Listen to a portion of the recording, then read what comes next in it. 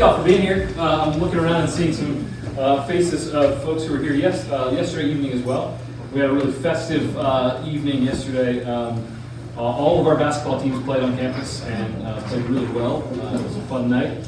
I think we had probably at least a third of the school here, maybe more, with face painting in the lower school and all of our teams playing well and had a great time. So, and it's of course it's Groundhog Day. In some ways, it feels a little bit like Groundhog Year. I don't know about you, but or Groundhog 2 years. But thank you all for making the time to be here tonight. We've got a couple of sessions this evening where we're calling it the State of the School. It sounds probably more formal than it needs to sound. It's just an opportunity to share a round of important updates and reflections, and we're going to do it as we've done things recently with video, and just get it out there to as much of the community as possible. But I really felt like it would be a good thing for us to just be together in the same room, and so it's good to see you all. It's good to be with you.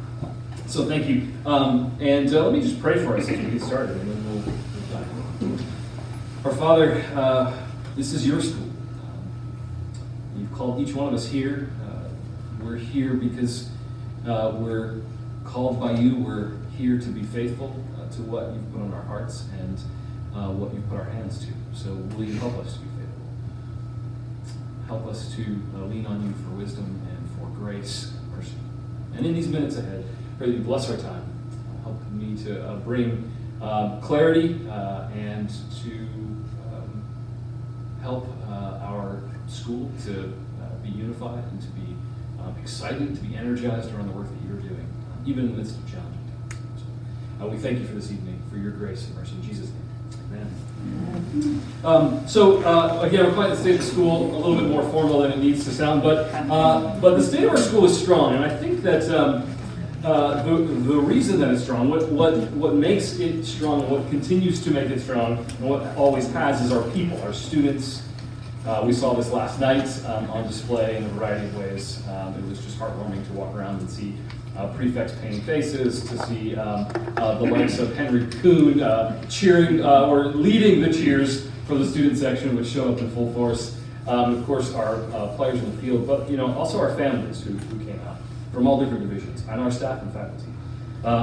We have an extraordinary staff and faculty, and so the state of our school is strong because of our people. It's strong because of them. Despite the various tempests that swirl around us, continue to swirl around us, have swirled around us, and even our as a school, the way that we've done kind of our imperfect best to navigate some of that turbulence, the state of our school is strong owing to the people, and owing in particular to our staff and faculty. We have 3 kids. 2 of our boys are here at St. David's. One's in 3rd grade, one's in one's in 2nd grade, one's in 3rd grade. But they've been here since pre-K. And so we have had the benefit of the formation from the likes of Jamie Bentley and Kepke and Joanna Williams and Ted Fagan and Shea Linden and Jill Fine. And so we know what a unique and special place St. David's is, and we've been directly benefited from that. I also think of people, we met as a faculty and staff this morning, and I just was reflecting on some of the people in the room as I was looking around. I think of someone like Tiffany Clifton, who's one of our varsity basketball coaches. But she's also out. You see her every morning if you drop off for carpool. She's in the carpool lane, but she's almost always in the crosswalk, making sure that the students cross safely. The middle upper school students are coming from the middle parking lot are crossing safely, and giving them a hard time when they show up in shorts on a 26-degree day, asking them how they're doing and wishing them a good day. And then she was here till 10 o'clock last night coaching the boys basketball team. And in between, she spent her day with some of our youngest students on campus in kindergarten. So special people like that. David Mcclutchy, who's here right now, and I joke about how I think David hasn't left campus since MLK Day. I'm pretty sure he has a cot stashed under the stage. But David Mcclutchy is our director of theater, and he's mobilized the team of the members of our fine arts team who genuinely are not just putting on an excellent show, which we know they will put on, but they're cultivating heart, soul, mind, and strength in the students, and also facilitating leadership development. I mean, one of the great things about what happens in our theater program is when the night of the production comes up, David sits in the audience and watches with the rest of us. And that's because he has prepared those students to lead with confidence. So people like David, people like Alan Hinnett, who I was just talking to Alan the other day about some of the work he's doing with his team. He's a source of refuge and wisdom and strength for the girls in his basketball team, both on the court and off the court. And I could go on all day. I mean, people like Justin Keever and Sarah Jane Keegan, who planned the dance and then planned it again and then planned it in a different configuration. And then we're here last Saturday night to make it really special, and it was really special. And, the kids have not stopped talking about it, but it was a blast, a lot of fun. Something they'll remember for a long time. Our 8th grade students didn't have a dance last year, so this is their first middle school dance. Our sophomores didn't have a dance last year, so it's their first high school dance, and it was really special. But people like that are investing their time and their weekends. I think Jennifer Woody's here somewhere. I used to drink coffee in the morning. Now I just go hang out with Jennifer Woody and and that's more than enough energy for me. But the sort of breath of fresh air that she brings to every room and to every student that she interacts with and every staff and faculty member, I really could give up coffee. But I wonder if some teachers or staff come to mind as I talk through some of these that just come to my mind. But as you're thinking of your own sons and daughters and the impact that St. David's and the special people at St. David's have made on them. During any given school year, the educators that the Lord has assembled here, they offer a remarkable degree of authentic care, of talent, as I just mentioned, a few examples of sound wisdom to all of our young warriors. But the faithfulness with which our staff and faculty have continued to do so unflinchingly over the last 2 years is particularly astonishing to me and inspiring. I hope it is to you as well. So the state of our school is strong because of them and because of you. If you ever have a chance to extend a word or a note of gratitude, and I know that many of you do, to a teacher or to a member of the team, I hope you will, and I hope you know how much it will mean to them.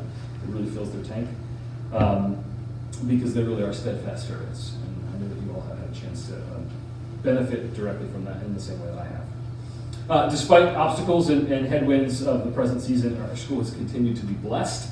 And we have actively moved forward in advancing some of the strategic priorities that we set a year ago and published really about a year ago this month. And those strategic priorities were designed to help guide our next steps as a school, and many of those have been advanced even in the midst of some challenging times. I'll share a few highlights with you tonight, and this will just be the beginning of the highlights that we could share. This past year, we've enjoyed record enrollment at St. David's. We have 260 students in the lower school right now. Is that right, Ms. Whitworth? Yes, you know sir. them all very well, right? And record participation in athletics. I'll talk a little bit more about athletics, camps and programs as well this past summer and looking ahead to the summer ahead. Record fundraising, thanks to the generosity of many of you on some particular projects and on just general giving. Since March of 2020, which we're coming up on about 2 years of that, or since then, we've continued to manage through COVID challenges. No matter what you think of COVID, we've had challenges to face and we've had to manage through them.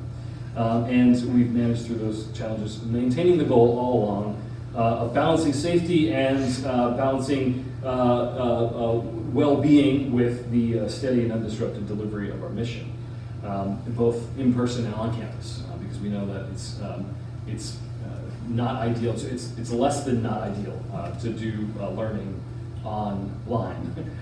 We do it when we absolutely have to, but we know that that's not. But we're a place-based people organization. It matters that we're in person, that we're together.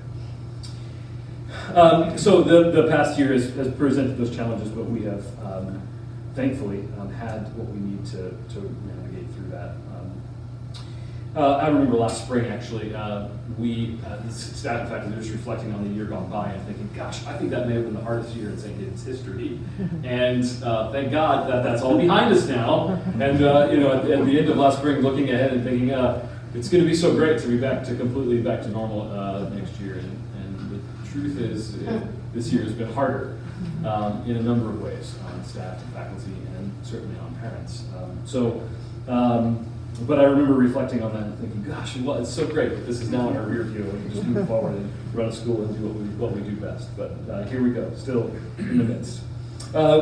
We pursued every opportunity and continue to, just like last night, but we have throughout the year, to regather safely in community, to foster fellowship and connection. It's really a trademark of the St. David's experience for families and students, the connection, the community, and it's no secret that some of that has just felt like it hasn't been there since March of 2020, and maybe even just a little bit before.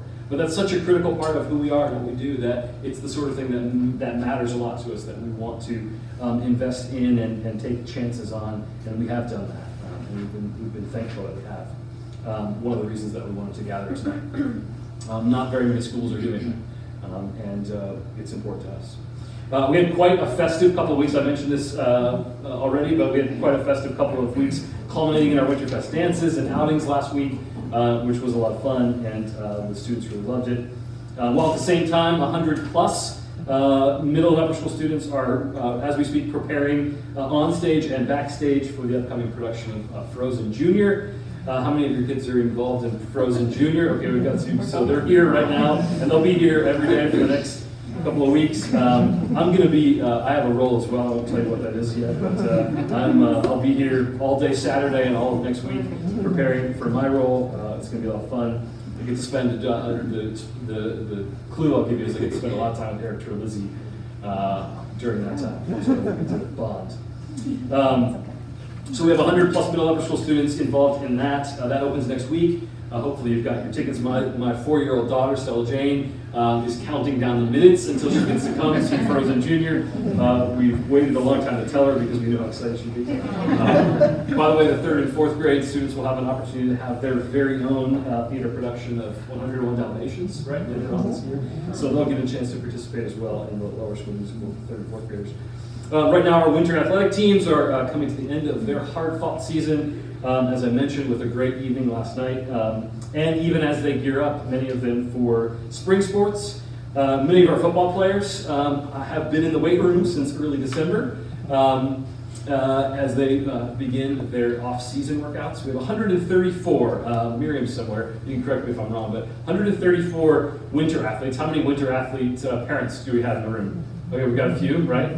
And 209 are registered for the spring sports season. So we had a record participation in the fall as well. And we're thankful for this level of participation because really athletics is such a critical part of the work that we do with students as it relates to social emotional learning, to behavior, to the relationship building that happens between students, to virtue building. All of those sorts of things happen. I remember for me, I ran cross country, I was a wrestler, and then I played lacrosse. Lacrosse was my main sport. And the coaches that I had for my athletic seasons made, in many cases, the most lasting impact on me. So I know how important that is.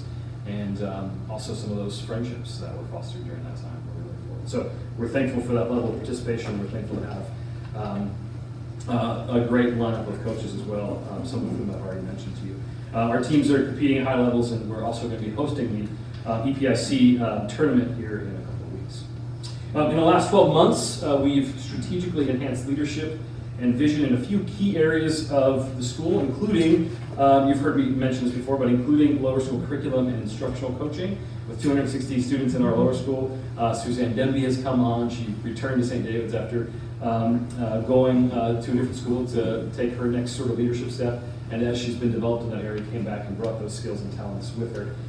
As well as in upper school, student leadership development and advisory. We have Jamie Martin that's been serving in a little bit of a different role. And of course, we've got Sarah Jane and Justin and Nathan Tarr and Graham Michael working together in a variety of ways, but in particular in collaboration around advisory and around spiritual formation. So they've been working together with the chaplain's office to enhance a focus on virtue and discipleship, both in lower school classrooms as well, but also in middle and upper school advisories. We've got middle school Bible studies meeting. We've got service partnerships that have been fostered this year with local organizations like Wake Up and Read. The 5th grade's working with Wake Up and Read. Refugee Hope Partners, the 6th grade's working with them. Wake Med Pediatrics, the 7th grade worked with them. the Boys and Girls Club of Wake Forest, our middle school 8th grade team is working with them. We've had monthly lessons on core virtues during community time in the middle school. And also, one of the things that's really warmed my heart is the middle school students. The students have been standing up in front of their peers during midday prayer to share on verses of Scripture that have meant a lot to them, that have moved them and have had an impact on their lives. I don't know if you know how much courage it takes for a middle school student to stand up in front of their peers and do anything, let alone to take a sort of vulnerable step and do something like that during midday prayer. And so what an incredible learning opportunity for them, and a virtue building opportunity for them. So that's great. We've been working through Luke's Gospel in this term in all 3 chapel services. And by the way, some of you have met Dr. Tar, who's our new director of discipleship and campus ministry. If you haven't, I hope you get a chance to soon. He will be hosting a seminar for St. David's parents next month entitled "We Are Not Our Own: Helping Our Children Flourish in an Inhuman World." And that's going to be on March 14th in this space, and it's on the calendar. So, and we'll push out some more information between now and then. But it'll be just an opportunity to come together and think a little bit about the challenges of parenting students according to the mission and the priorities of a school like St. David's. And teaming up, sort of linking arms in that and doing that together. The aim of the seminar is to equip and encourage parents to live faithfully and to do really hard work of parenting, really hard work, to help their children flourish in a world that's increasingly untethered to Christian truths. So that's on the calendar. More to come on that. Stay tuned for the details, but that'll be next month. We've begun implementing enhancements to the academic program as well, in particular in the areas of lower and middle school writing and math. Much of that work that was done last year in the writing curriculum, if you were following that, is being implemented now.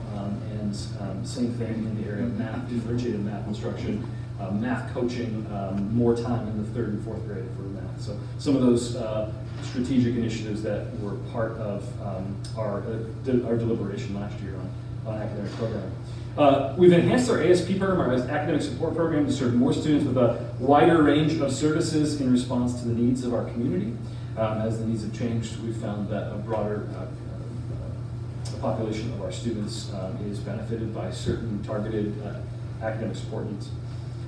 We've also awarded merit scholarships to rising 9th and 10th graders and paired each of them with a faculty mentor to support special student-initiated projects in the areas of leadership. So we gave students applied for merit scholarships who were rising 9th and 10th graders, and if they were awarded the scholarships were in the areas of leadership, academic excellence, faith formation, and arts and innovation, things that are really, really grounded in, rooted in our mission and our priorities. They applied, and if they received it, then they were paired and are currently paired with a faculty member, and they are carrying out a service project or some kind of an academic-related project that is initiated by them and driven by them. We have, despite the barriers through student life and culture, has been flourishing through the teamwork of our incredible staff, and actually not just our staff. Our staff's great, we know that, right? We've covered that. But also a dynamic group of student council leaders at all 3 division levels. We have a lower school student council now. I tell you what, you would be really proud and blown away to walk past the conference room when the lower school student council is in there casting some vision for what's about to happen to the lower school. I mean, my son, who's in 2nd grade, cannot stop talking about the comment, or what is it, the suggestion box that's supposed to go out. He's got some suggestions. But the lower school student council, of course, we've continued with a great upper school student council. I mentioned the student fan section last night, who was just so impressive and heartwarming to watch. But some of our student council leaders were leading the charge on that. So, student council leaders in all 3 divisions, prefects, and ambitious student club coordinators too. We've got many student-initiated clubs in the upper school that are all led out by students. So we were blessed to open a spectacular new playground that you see each day when you drive past in carpool. We opened that this past fall, and our lower school students in particular have had the chance to benefit from that each day and have just loved it. Field trips are back, and that may not seem like a big deal, but there aren't a lot of schools taking field trips, and we're just excited that we have this year been on trips, including international trips. We took a group to Italy in the fall. The seniors are going to Greece over Easter break, and then we'll come back. 8th grade will go out to DC. We've got some 7th, 8th, and 9th graders going to Yellowstone. I think, what is it, Molly, like 60? 49. 49, okay, yeah. It'll feel like 60. Yeah. Traveling all the way to Yellowstone, but it's a great trip, so we're doing that. We've done some trips with the 10th grade in town. Museum of Art, the state government trip is coming up. The symphony, the whole upper school is going to the symphony. We've done this in the past. It's a really beautiful experience for our students to have an encounter with art and culture in that way. The sophomores did a tour of downtown businesses recently. Not to mention lower school trips that have all gone out to Farmers Market in Old Salem and the History Museum. We've got some other ones coming up, going to, I think, to the Arboretum and then out to the coast as well. So trips are back, including international trips, and we're full steam ahead on those. It's also an exciting time of the year to celebrate a steady stream of impressive college placement news that is coming out of our college counseling office for the class of 2022. I'll just say that it's a record year for acceptances to Carolina and State. We're thankful for some really great news coming out of there. But also lots of other schools too, like Alabama and Auburn and Baylor and Clemson and Duke and Elon. This is a class of 2022 and their acceptances. We'll see where they decide to go. But Furman, Georgia, Georgia Tech, LSU, Miami, Ole Miss, Ohio State, Penn State, Purdue, Richmond, South Carolina, Tennessee, Wake Forest, William and Mary. Did I mention Carolina and State? We've got 2 seniors that have already signed letters of intent to play golf at a high level, 1 at William and Mary and 1 at NC State. So great news coming out of college placement for this class. And as we enter the full swing of a new enrollment season at St. David's, we've got encouraging momentum for the year ahead, and that's through the hard work of our admissions team, but also we're mobilizing a team of parents within our community as well, and exploring new avenues for continuing to grow our upper school in particular, and to make sure that the vision of St. David's is out there in front of families who we want to tell about the great things that we're doing, and how much we believe in our school, and what we think is a great upper school experience for their daughter or their son. So we're getting the word out there and looking at some creative methods for continuing to grow our upper school in particular with great students for next year, but also for the years to come.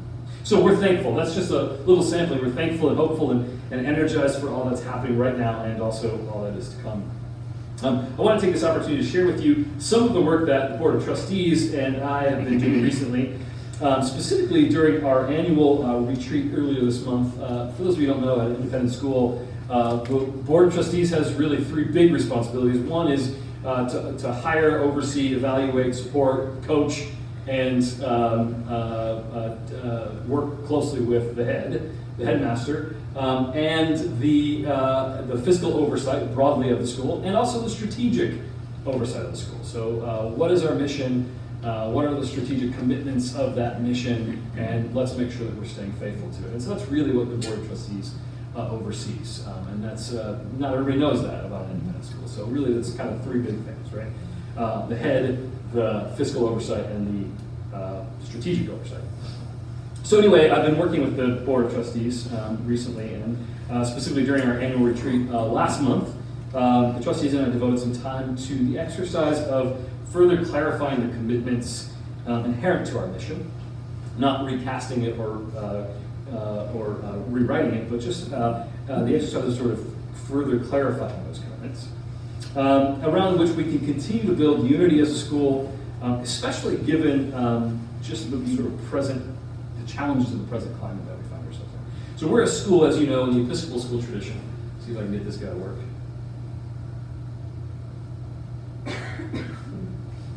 We're a school in the Episcopal school tradition. Let's see.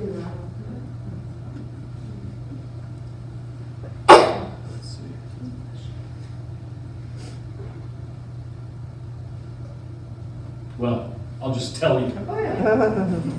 I don't know if somebody with an extra set of hands can do with that.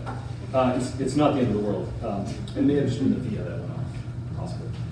But we're a school of the Episcopal school tradition, and we are also preparing students for college and life, and we're challenging them to excel in the vital areas of faith, virtue, and knowledge.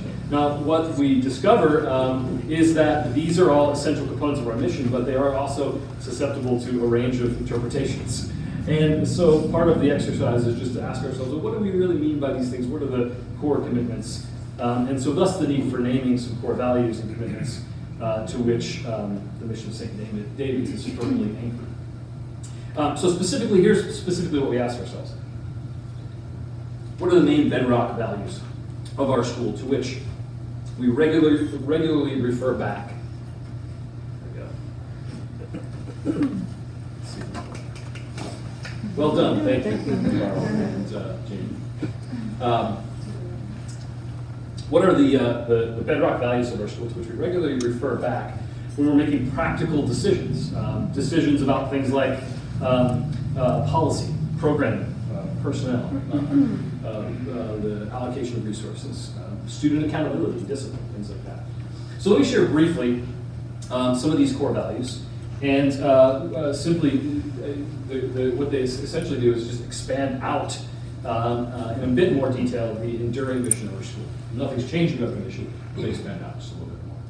So number one, the staff and faculty shepherd students wherever they are on their spiritual journey to know, love, and follow Christ. To know, love, and follow Jesus, who is the way, the truth, and the life. That's central to who we are and what we believe as a school. So that we become more like Him. And so that we act and serve and think about ourselves and others as we become more like Him. So that's a core commitment and is something that we refer back to when we think about decision making and the like. Number two, as a faculty of Christians, we teach from a thoroughly Christian foundation, upholding the authority and trustworthiness of Scripture and the meaning of the text as summarized in the creeds and the theological tradition of the Anglican Church. So, thoroughly Christian foundation, and the authority and trustworthiness of Scripture is important, and we take seriously the original meaning of the text, and we can see that summarized in some places that have brought clarity and further detail to that in the form of the creeds and the Anglican theology. Number three. At St. David's, we honor each other as made in the image of God, which is a tall order, and therefore endowed with undiminishable dignity by aspiring to love our neighbor, not just to love our neighbor, but to love our enemies as ourselves. Now, there is no program or dogma or social doctrine that calls us to a higher standard than honoring each other as made in the image of God and loving our neighbor and our enemies as ourselves. So that's a tall order and something that we aspire to and take very seriously. Number four, this is one I'll say a few more words on. Taking responsibility for the unique role that each of us plays in our community and fellowship. Owning the impact of our actions and inactions. Last night while we were at the game, I was there with my son Mason, and this past summer, he did a sports camp with a couple of our senior boys, put on a sports camp. If you know Mason, you know that he cares about very few other things than sports.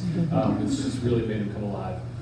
So he did this sports camp, and last night we were at the basketball game, watched the varsity boys play, and Hank Madden, who was one of our seniors on the varsity basketball team, hit a great three-point shot. I mean, it was just smooth, nothing but net, and Mason looked up at me and said, "That's my coach."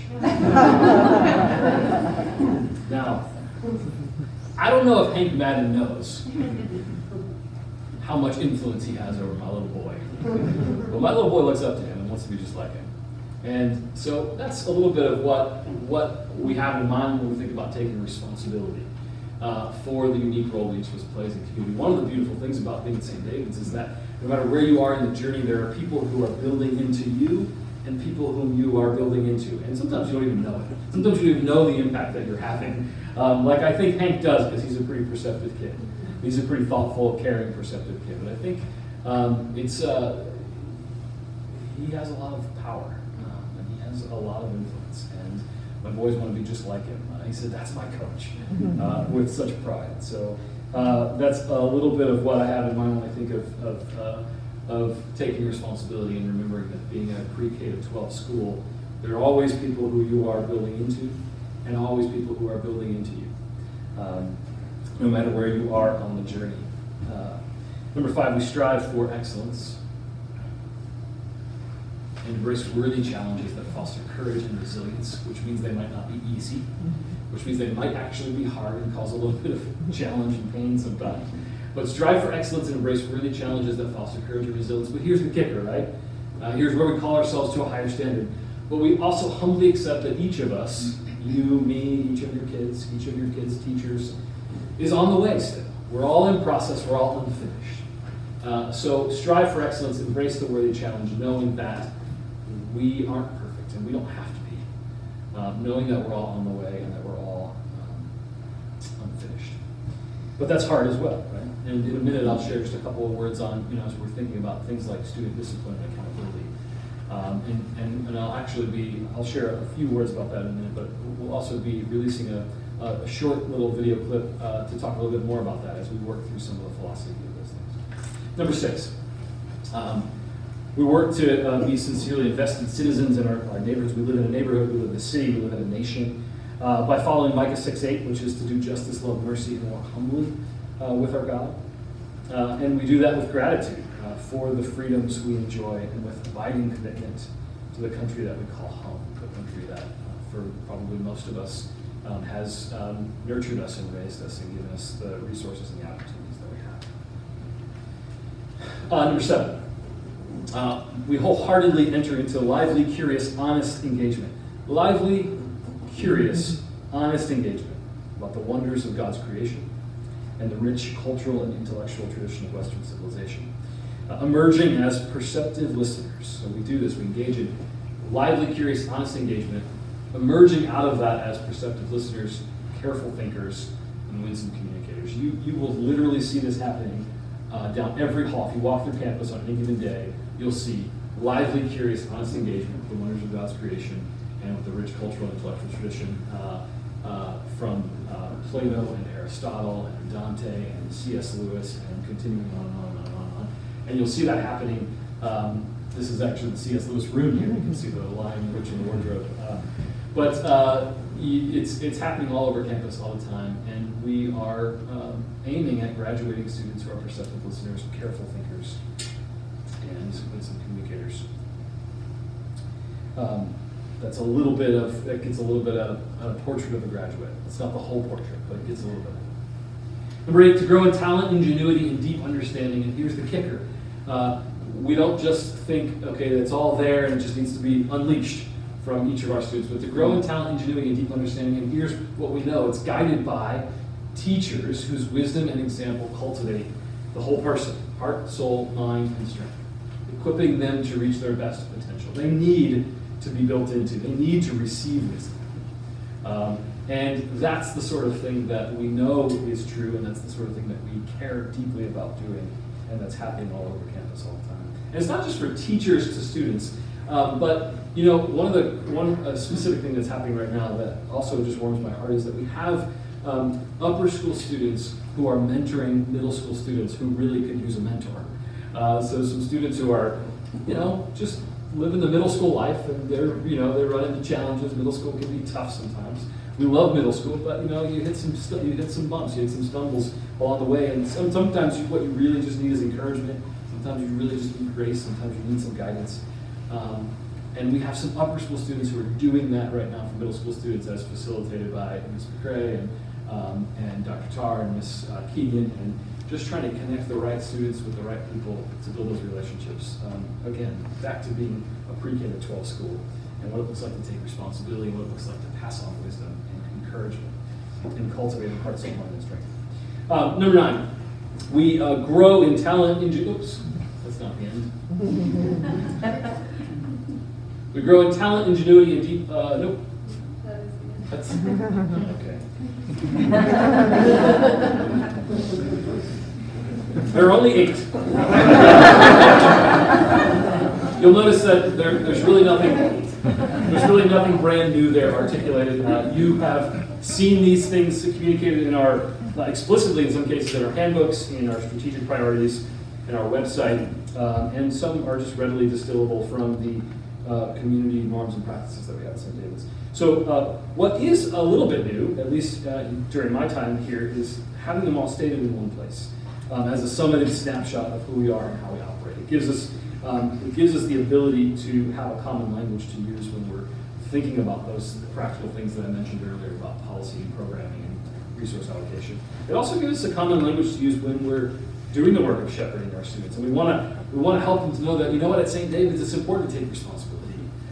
We get some common language around it. It's important to strive for excellence. We care about the wisdom that we're receiving. We know we need to receive wisdom and also pass it on. So we give thanks for that. We care about that. We want to use the language of honoring each other as made in the image of God. Those sorts of things. We were driving, our family was driving to the mountains this past weekend, which was not a good weekend to drive to the mountains, by the way, lots of snow. So we got stopped in Boone because we couldn't get any further. But while we were driving, we heard our boys in the back seat of the car, and they were reciting something. And we were like, what are you guys talking about? Here's what they were saying. They were, my two boys, second and third grade. I pledge to continually try my best. Does anybody know what this is from? I continually pledge to try my best. What is this from? You can't answer this one. Anybody know? Is it the lower school pledge? It's the lower school pledge. Every morning, our students in the lower school, and I knew this, of course, but it was just a striking thing to hear coming from the backseat. Every morning, our lower school students will together as a community, stand and say the pledge to the flag, the pledge to the flag. And then they'll pledge, or then they'll do the lower school pledge. And the lower school pledge is I pledge to continually try my best, to respect and make peace with others, to lead and to serve, to apologize and to forgive, and to work together to show the fruits of the Spirit and to be true warriors for Christ. I hear this coming from the back seat, and I've heard it 100 times, but there it was, like the way liturgy forms us, having formed my kids. And I think that's a really beautiful summary of some of these things, right? We get sometimes a little wordy on core values, but I pledge to continually try my best to respect and make peace with others, to lead and serve, to apologize and to forgive, to work together to show the fruits of the Spirit. It's not just about being my best, but about the Spirit living through me, and to be true warriors for Christ. So that is a good summary as well. Those are some core values that help to just further expand out our mission. Let me also just take this opportunity to acknowledge how much we have all been impacted, I think, by the broader societal turmoil on a number of contentious social and cultural issues. As you know, St. David's, we're not a political organization. We don't align with any particular party or agenda. That's not what we do. We're a school. We're not a church either, although we are very firmly rooted in the faith and in the framework of Christian theology. But our work as an institution is not to take sides on contentious issues. It's not to settle debates on contentious issues. But we know that they're there. And we recognize that we have 400 plus families, 670 students. We recognize there'll be a range of perspectives among our families in our community on any number of social and political issues. And where there are points of divergence, we are committed to holding each other accountable to navigating those differences with compassion and with humility and with respect. Of course, we, as I mentioned in the core values, we're committed to teaching through a thoroughly Christian foundation. So upholding the authority and trustworthiness of Scripture and the meaning of the text as summarized in the creeds of the Anglican Church. So you'll remember that from the core values. We also know that Christian faithfulness demands wisdom and discernment. We talked about that as well, especially in times of widespread cultural confusion and fragmentation, which we've really felt deeply, I think, in recent years. So we can't turn our brains off, but we have to stay firmly rooted. And as we know, the broader ongoing discourse around race in particular has been a source of unrest and division. I don't think I'm telling you anything you don't know by saying that. And we know that each person and family brings their own unique set of life experiences. Everybody in this room has a different set of life experiences that they bring to these sorts of issues and how they wrestle with them and how they interpret things. So everybody's got a different set of life experiences that they bring to how they understand and how they process social and cultural issues. And we respect that. And we have to respect that. Right? We're not all coming from the same perspective. Now, in particular, we know that some secular social theories, like critical race theory, for instance, they have become topics of much public debate in the last, call it 9-12 months, right? Things that people have never heard about or talked about very much in sort of the popular sphere has suddenly been brought into sort of everyday discussion. So over the last several months, it's caused a fair amount of concern and confusion.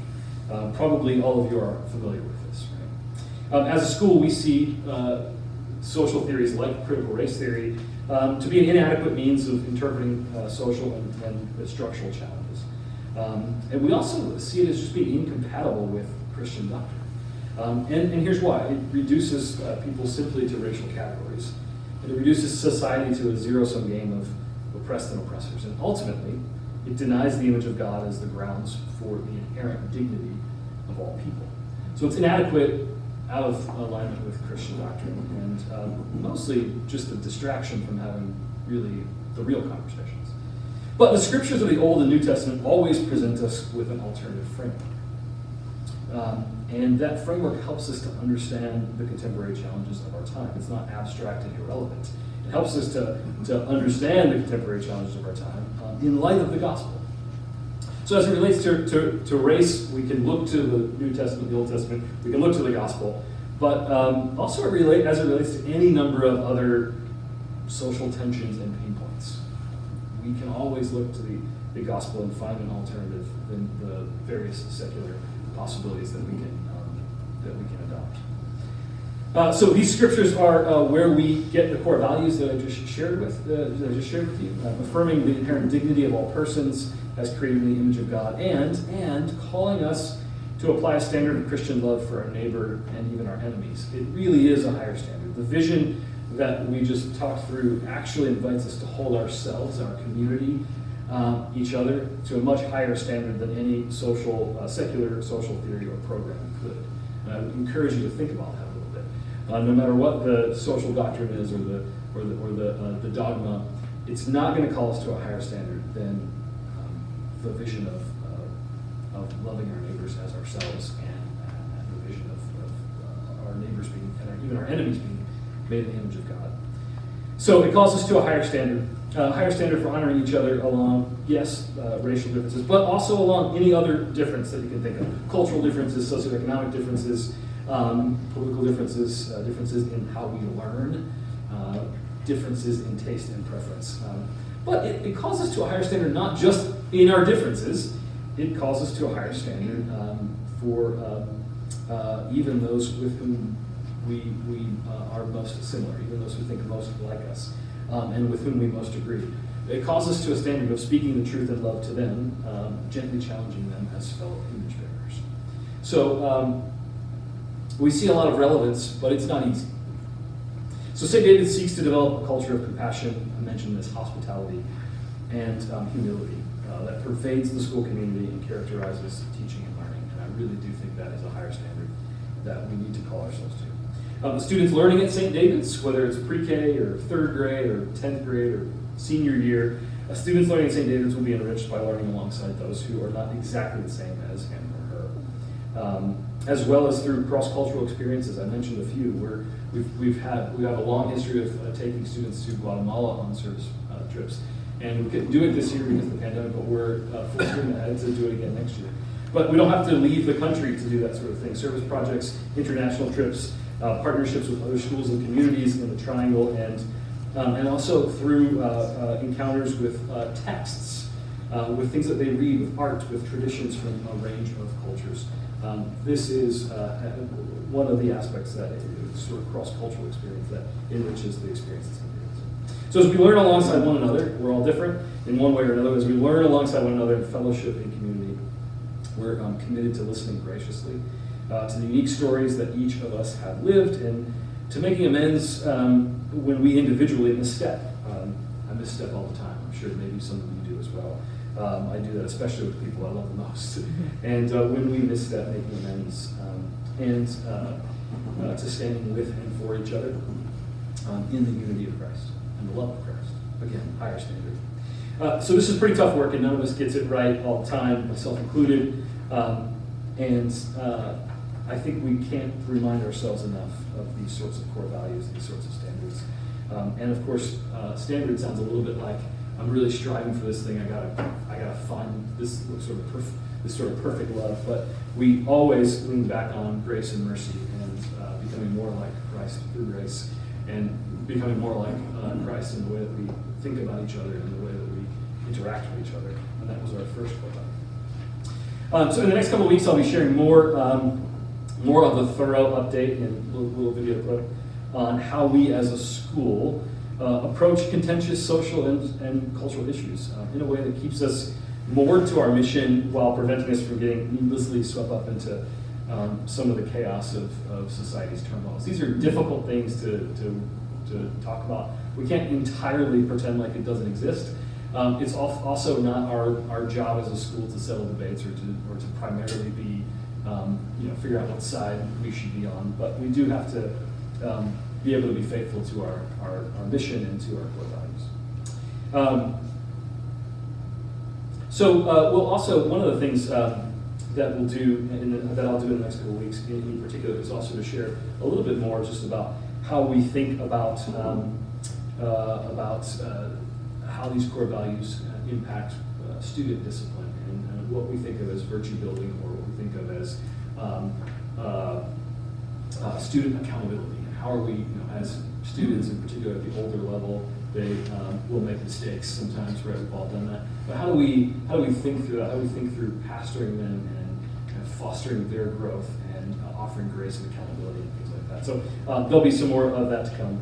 Our philosophy of virtue building and student accountability, which we also want to make sure is unified across all three divisions.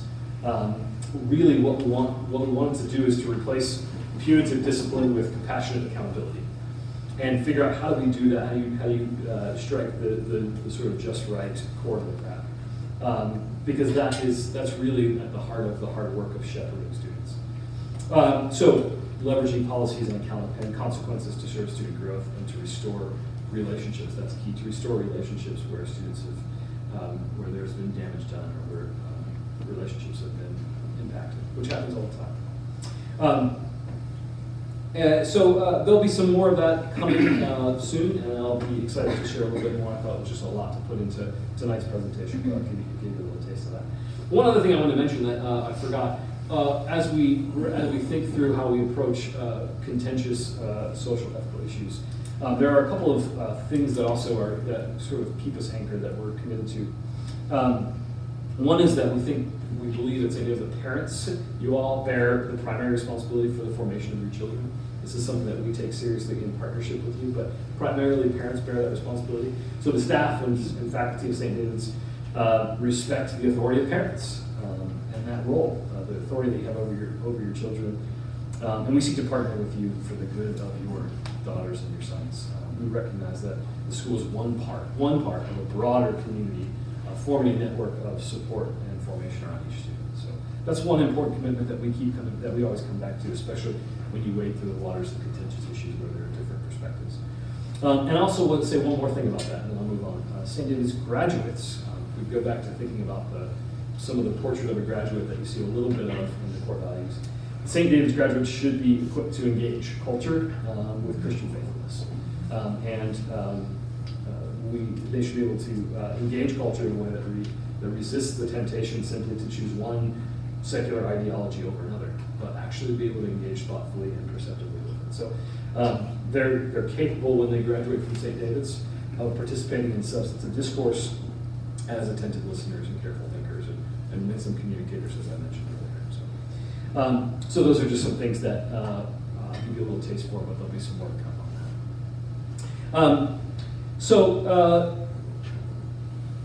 We also, one of the other things I want to say, I'll follow with a little bit of a brief, a little bit of a longer update on, is some of the strategic initiatives that we published last winter. I've mentioned a few of them. I've given you a few highlights throughout this evening. But one thing that we'll talk a little bit more about, and there'll be an opportunity to give some feedback on, is as we're thinking about our weekly academic schedule, especially in the middle and upper school. Last year, if you were here with us last year, you know that because of the conditions that we were trying to manage with the pandemic, we had 3 periods a day that were 110 minutes each, And that served that served the needs for the moment. And then this year we kind of switched back to 6 55-minute periods a day. And so this gave us an occasion to notice what it was like to have extended periods and what it was like to shift abruptly back to having more periods for shorter periods of time.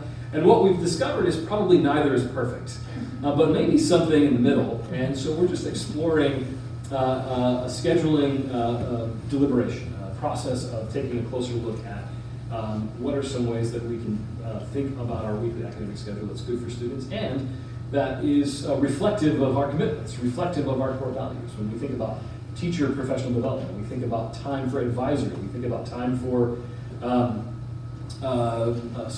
chapel and Bible studies and things like that.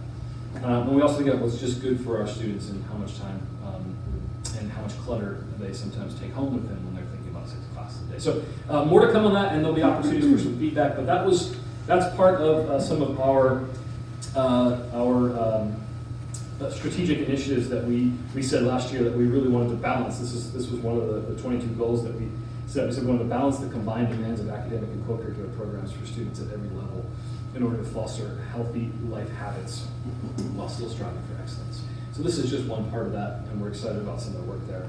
And the pandemic kind of gave us an occasion to think a little bit differently about that. So we're also another strategic goal that we had that we set last year was, or one of the goals associated with our strategic priorities was to define the scope and sequence of technology education at St. David's, and to continue growing our Innovation Warriors program. I don't know how much you know about that, but there's lots of fun projects that go on in innovation, design, and engineering. So we're excited to recently have been granted or awarded a $25,000 grant to do some work, both in terms of programming and in terms of equipment and supplies and resources that we have for that to continue growing that program. So Molly Bostick and Ann Senna and some of our other teachers and school leaders have rolled up their sleeves on that, and we're excited about where that's heading. So, and then there's a number of others that I look forward to sharing an additional update on as a sort of continuation of this update. All right, so shifting gears just a little bit. I know we've got another group coming in, so we're good. Shifting gears a little bit, let me say just a few words about where we are with thinking about pandemic management. Everybody's favorite topic. Let me just say this. First of all, the last 2 years, we've approached COVID as reasonably as possible and with as much ongoing discernment. It's sort of like every week you have to think a little bit differently. You have to take in new information. You have to take in new guidelines and things like that. So we've approached it with as much discernment as possible. And you all continue to be troopers along the way, so we're thankful for the ways that you've worked with us and been gracious.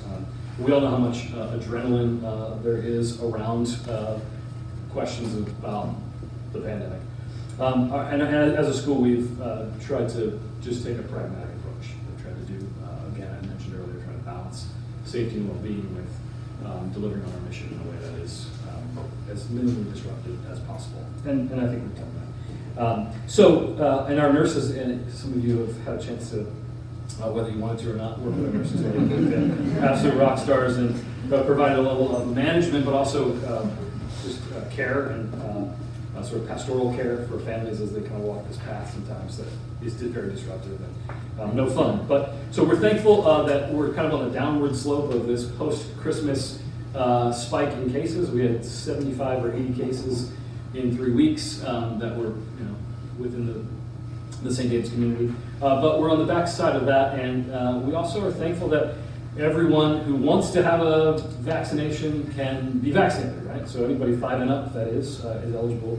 And so for anyone for whom that is an important step in providing protection, that's a possibility. So we're glad for both of those variables, and we think we also have some data on just the number of people in our community, students in particular, and teachers who have